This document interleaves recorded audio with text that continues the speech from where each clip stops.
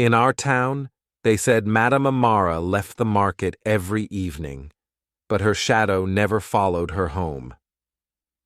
That evening, the sun was sinking low over the red rooftops.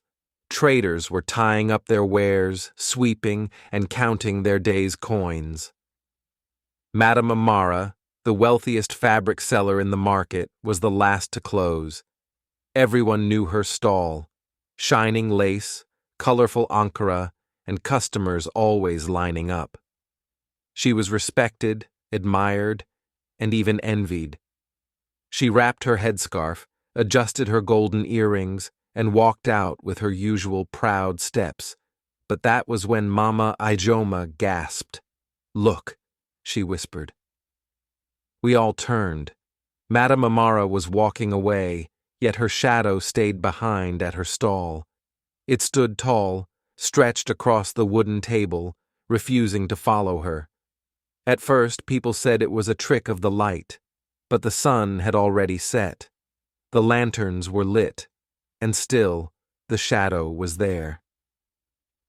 The next day, Madame Amara returned as though nothing strange had happened. She argued with customers over prices, smiled with traders, and packed her goods.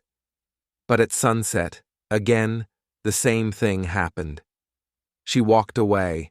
Her shadow stayed. Whispers began. Some called it a blessing, others called it a curse, but no one dared speak too loudly. On the third evening, a foolish young boy decided to test it. He spat near the shadow. The following morning, his cries shook the neighborhood. His body moved, but his shadow did not rise with him. It remained in his mother's room, flat on the wall, watching.